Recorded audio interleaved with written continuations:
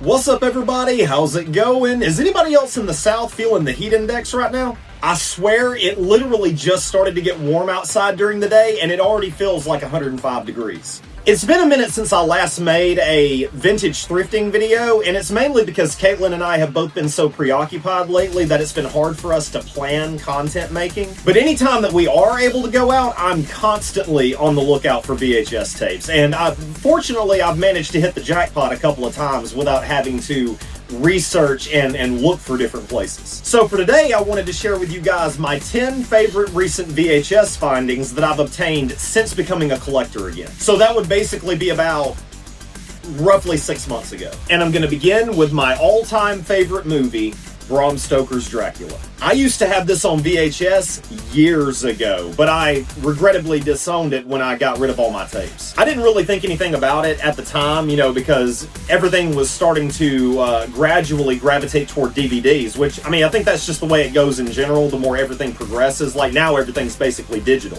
Whatever the current apparatus is will one day be obsolete. That's why I literally do this only for aesthetic and sentimental value. Like I've said it many times on other videos, if the box isn't in good condition, if it isn't something that really means something to you, then there's really no point in having it because everything is digital. The value lies solely with you. Alright, up next we've got The Resurrected, which is my all-time favorite film that's based on the works by H.P. Lovecraft. Now, the funny thing about this film is that I have not been able to find it on any other platform whatsoever. The only thing that I've seen it on recently is it does now have a Blu-ray edition that you can buy, but it wasn't on Fandango. It's not on any apps, Netflix, Hulu, HBO, you name it. You cannot find it. So buying it on VHS is pretty much one of the only options you have to be able to enjoy this film. But if you've never seen it before, then I highly recommend it. It's such an underrated film. Alright, now we've got Snow White, A Tale of Terror. I really love folk horror films, and especially ones that are derived from or inspired by fairy tales in some way. I'm a huge fan of the Brothers Grimm fairy tales, and I love that they stayed true to the original story in this film. Plus, it's got a few really good A-list actors in it as well. It's got Sam Neill, it's got Sigourney Weaver, so if you haven't seen it, it's definitely worth a watch. Alright, up next we've got Crater Lake Monster, which is a personal B-horror favorite of mine. I had a VHS tape when I was a kid called Fantastic Dinosaurs of the Movies, and it was basically an amalgamation of different vintage monster movie trailers.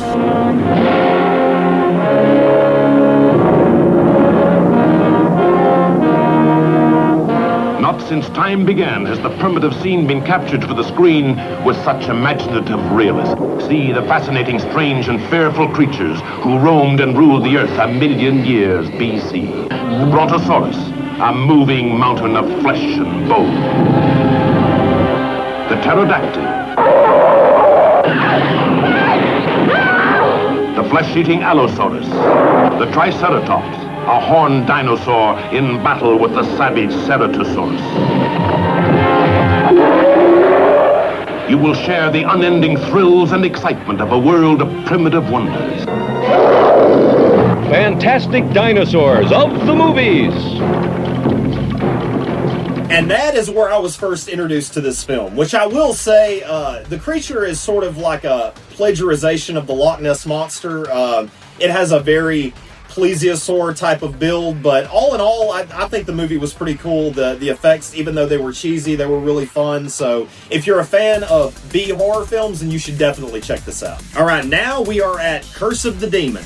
This is one of my all-time favorite black and white films. And this one wasn't even technically mine. This copy belonged to Caitlin, but as soon as she discovered that I love this film as much as I do, then she allowed me to add it to my collection. And I absolutely love the special effects used for the demon. Like, for it being a film released in the 50s, it was pretty creative. Alright, up next we've got The Island of Dr. Moreau, which is my all-time favorite action thriller film next to The Ghost in the Darkness and The Mummy. And I grew up with this film. Like, I remember the first time I saw it was when I was about 6 or 7 years old. It wasn't that long after its release. The whole concept of the book by H.G. Wells is just an incredibly unique storyline, and the movie stays true to it very well. Once again, a lot of really good A-list actors as well. It's got Val Kilmer, it's got Marlon Brando, it's got Fairuza Balk in it. So if you're a fan of sci-fi or action thriller and you haven't seen this film, then shame.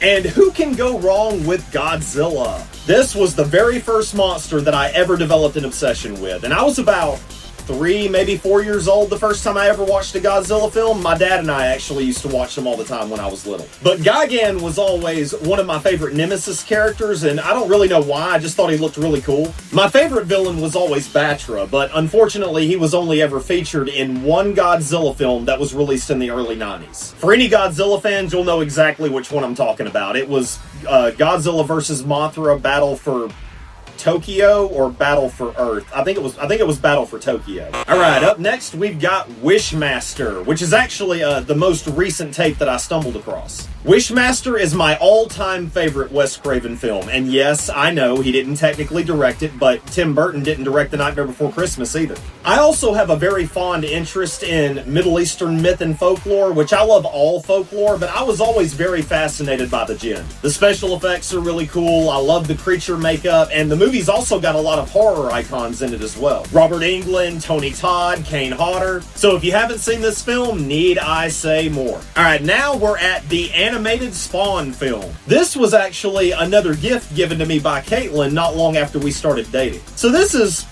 kind of a big deal for me. I mean, I'm a huge Spawn fan, as I've stated in other videos. I'm not really that into Marvel or DC comics that much. I always preferred Dark Horse comics, which Spawn was actually released through Image Comics, if I remember correctly. And last but not least, we've got Night of the Headless Horseman, and I have been looking for this tape for years. Night of the Headless Horseman was an animated film that was released through 20th Century Fox in 1999, around the same time that Tim Burton's Sleepy Hollow was being released. And I am not exaggerating when I say that this film used to terrify me as a kid. And the animation wasn't even that good. It was almost like, original PlayStation graphics from the late 90s or early 2000s, but I always still thought it was cool anyway, and I was so thrilled to be able to stumble across this again. This is also one of those films that I'm pretty sure you can't find it on any other platform. I'm pretty sure the only thing you can still find this on is VHS.